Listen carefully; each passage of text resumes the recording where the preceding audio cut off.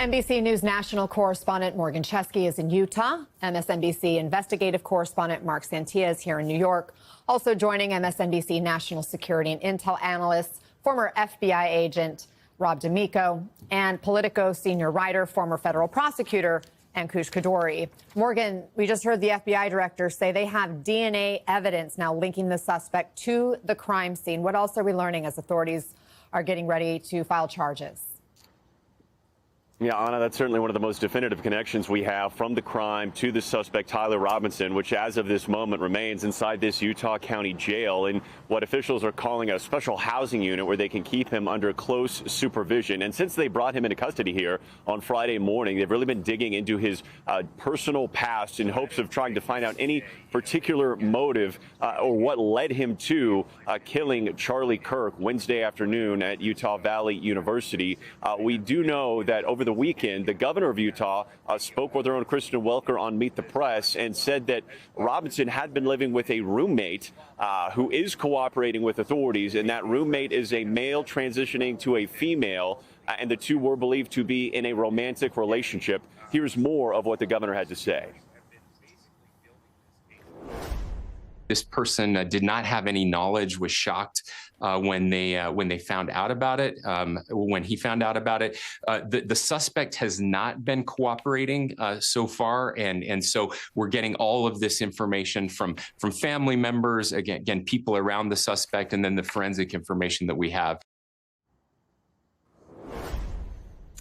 Now, we're also getting a look at some new video that emerged over the weekend, Anna. And in this ring cam video taken from a neighborhood near the campus, you can see 22-year-old Tyler Robinson walking down the sidewalk.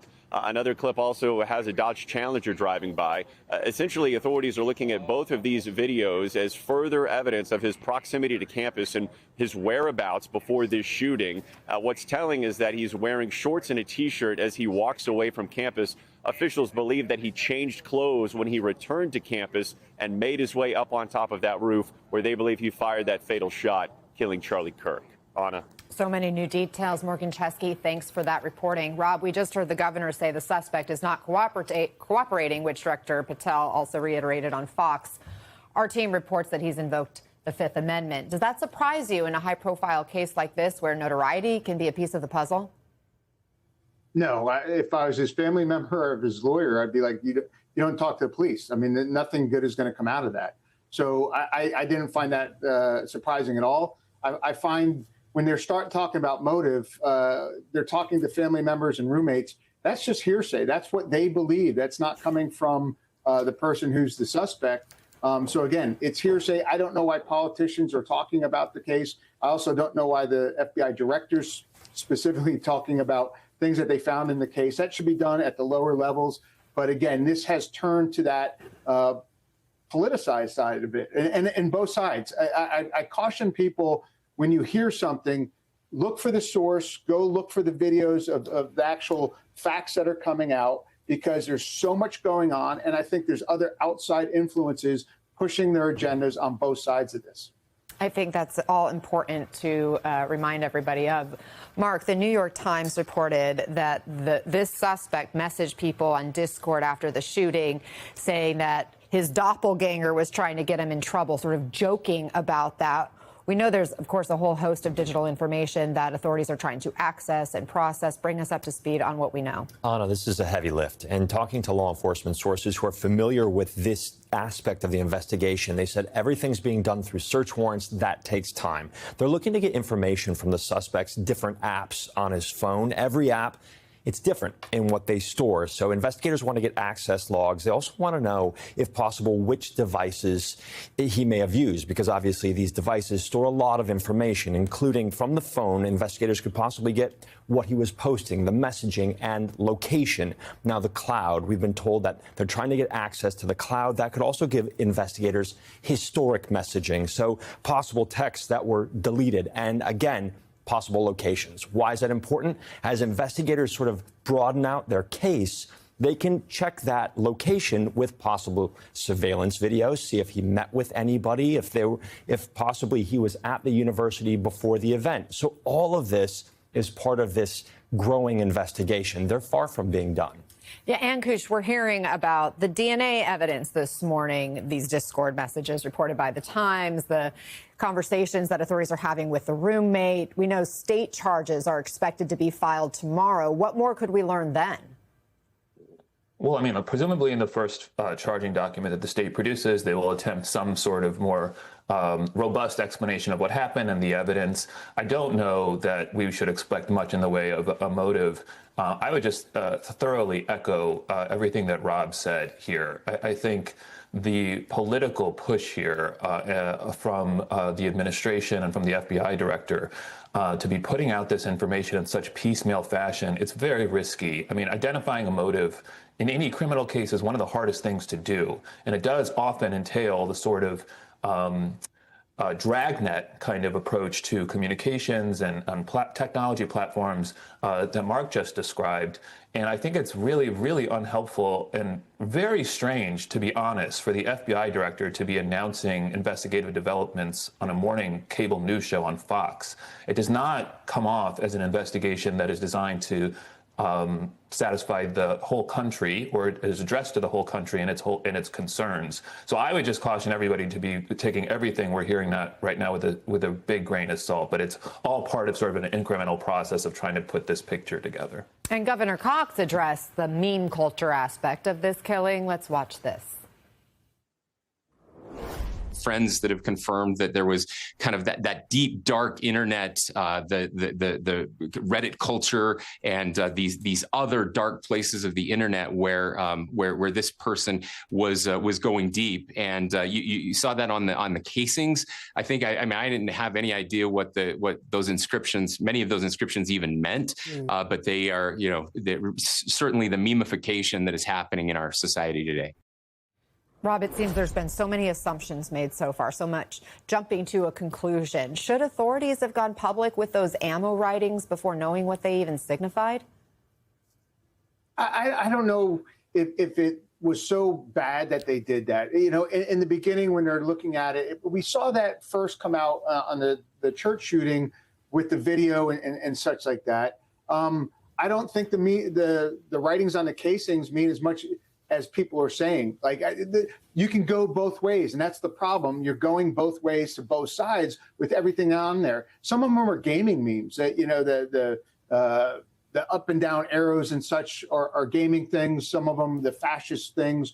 But again, you don't know until you talk to the person that put them on there truly what they meant by them. But you can assume it. You can take it for your side, and you can say it means all this stuff.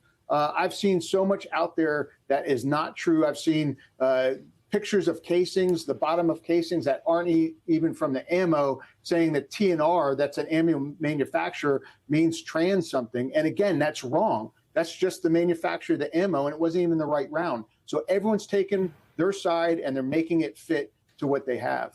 Mark, let's talk more about the role of the FBI director and how publicly facing he has been. We've heard the White House praise him, the job he's doing, but we have reporting on NBC News that there is inside the agency some frustration with how he has handled this job and this investigation, as well as his interactions or I guess, comments as it relates to local law enforcement being part of the investigation. What do we know about that sort of dispute, and what is the FBI director saying? So this is, as you've heard from the other guests, it's highly unusual to see the FBI director take such a public stand, putting out information on social media or speaking out.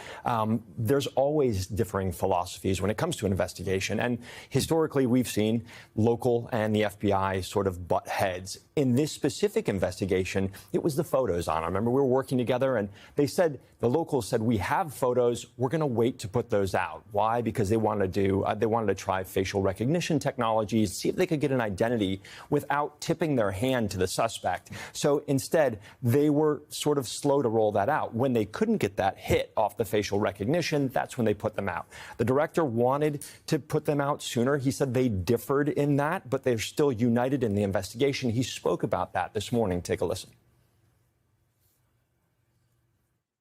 The local authorities have been fantastic. I made the decision to surge so many resources, and to get the information up to me was of the utmost priority. The photos were produced, they just weren't produced in a timely fashion that I felt was appropriate for an investigation of this magnitude. So I came in and I accelerated that process. Again, the locals wanted to sort of take it slow. They wanted to try facial recognition technology. And you just heard Director Patel said he put a rush on that. He didn't want to go that route. Ultimately, though, they were still able to get the ID, and someone spoke forth on that photo, on the photo. It also sounds like he's patting himself on the back in that clip. And because the FBI director's hands-on role here is really interesting because of how personal this is for him, given his relationship with Charlie Kirk. Will that make the eventual prosecution stronger, or is that something defense attorneys can pounce on? I actually think that is not helpful in this context. I'm not sure how much of a legal defense it would prove to be in a court of law, but I don't think it's helpful for someone with such a personal investment to be so heavily involved and in like parceling out updates in real time. I mean, just to take a step back here, because we're talking about Kash Patel. One of the things that we've spent quite a bit of time talking about this year is how instrumental he was in pushing conspiracy theories surrounding Jeffrey Epstein, conspiracy theories that he now found himself in the position of having to debunk himself. So this is someone who's actually not very good at processing complex information in real time. And is not someone I would particularly trust in this position. I don't think he should have been in this appointed to this position in the first place. I think he's in way over his head. And this is just the latest instance of this. I mean, he has no experience handling an investigation approximating anything like this. And I think we've seen that on inexperience fully displayed again and again since this tragic event occurred. So I think his involvement has not been particularly helpful on balance. And I think his public comments and his public involvement have also not been helpful on balance.